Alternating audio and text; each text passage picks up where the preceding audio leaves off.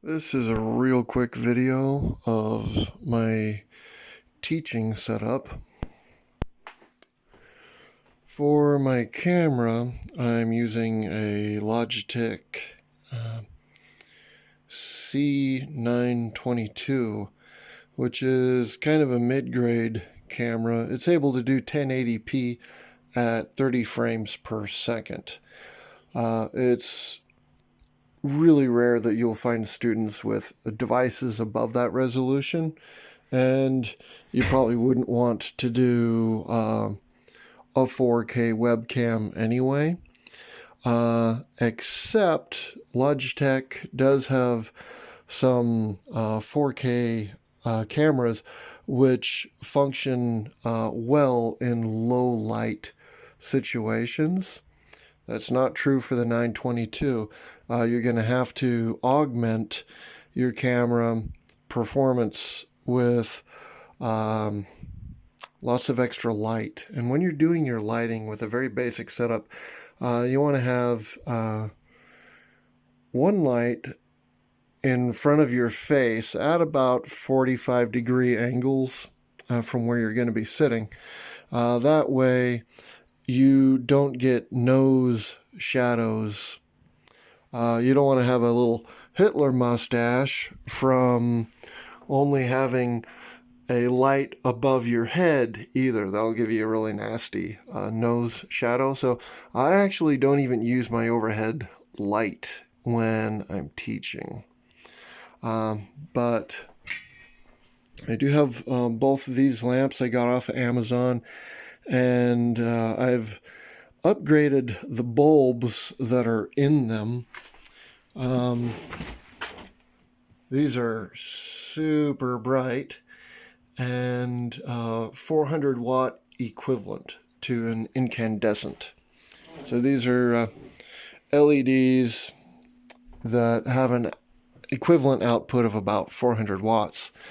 And next I have two soft boxes which have an output that's a little bit higher than 400 each. And as you can see, it's just something that's kind of like an umbrella, but it's got a light inside of it.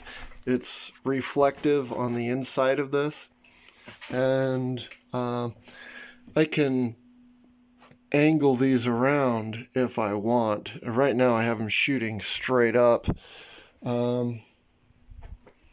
because that just hits the top of the ceiling and then it kind of bounces down and diffuses a little bit.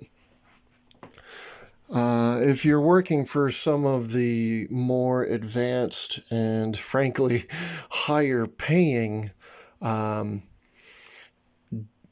outfits for online teaching, they will require you to have a whiteboard, and a lot of them will tell you that a tiny whiteboard is just fine. And so there's some people that have like 18-inch whiteboards, and that's what they use.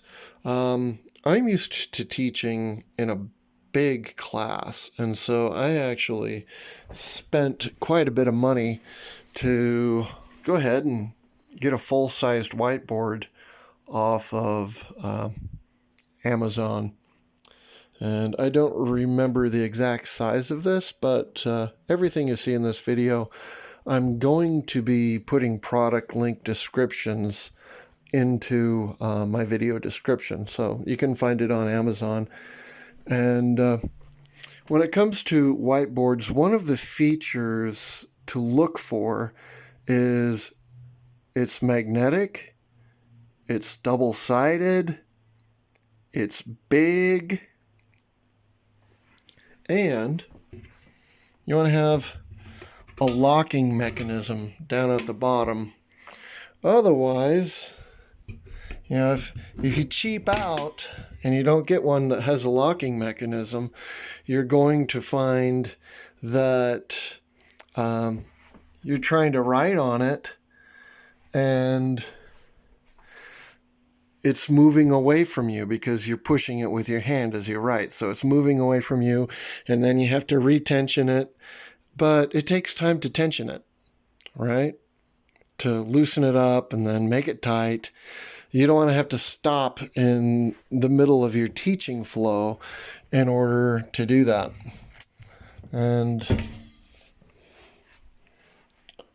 one of the important parts of my setup is I use puppets. And if you've seen my other videos, you already know that puppets have lots of benefits. So I'm going to be quick describing it now.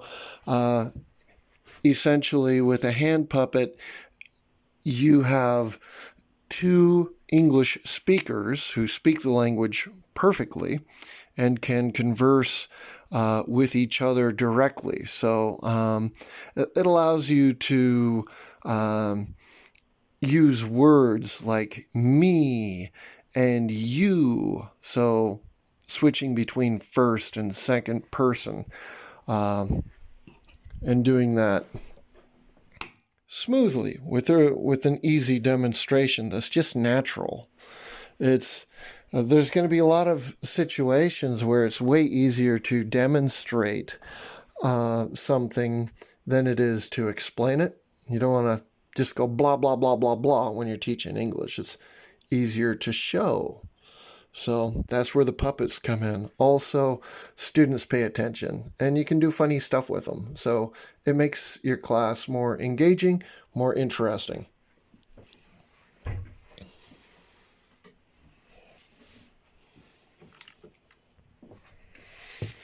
Don't skimp on headphones. Get some good ones. And make sure that they do have a good microphone built into them. Now, ideally, this should have a microphone that makes an L shape, so it comes out right in front of your lips. Posable microphones are best. I didn't find any when I bought these at the store, so I just went with a fixed microphone. If you're using your computer's built-in microphone, especially on something like a laptop, don't use your built-in peripherals.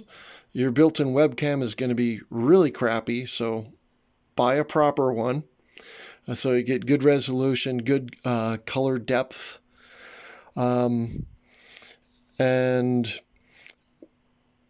don't use your integrated microphone either, because what'll happen is that it doesn't have good noise canceling technology on it. It never will on a laptop or a computer. You need to spend a little money and get a quality microphone. Otherwise, what's going to happen is if you ever dare to use speakers, then that microphone is going to pick up and you're going to have an audio loop where you speak and then you hear your voice echoing.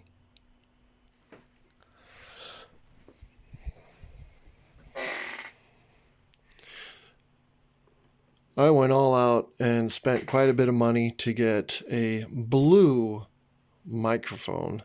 This is some high quality shit. And one of the nice things on it is this one has gain control built in with a knob on it. If you're ever going to get an external microphone, it's super important that you're using a cardioid pickup pattern. If you are just using a basic omnidirectional, you're not going to get particularly good results. This is a professional microphone. This is something that a professional YouTuber or maybe somebody doing internet radio would use. It's super sensitive and you can control the sensitivity instead of having automatic gain control. If you see any microphone that says it uses ACG or automatic gain control, it's going to be bad. you need to be able to fine tune your control and have it be fixed, not automatic. In some of my future videos, I'll be talking about how to adjust things like microphone properties, like where to find that and set it up. Make sure you got your 20 decibel boost if that's an option. It is on most driverless microphones.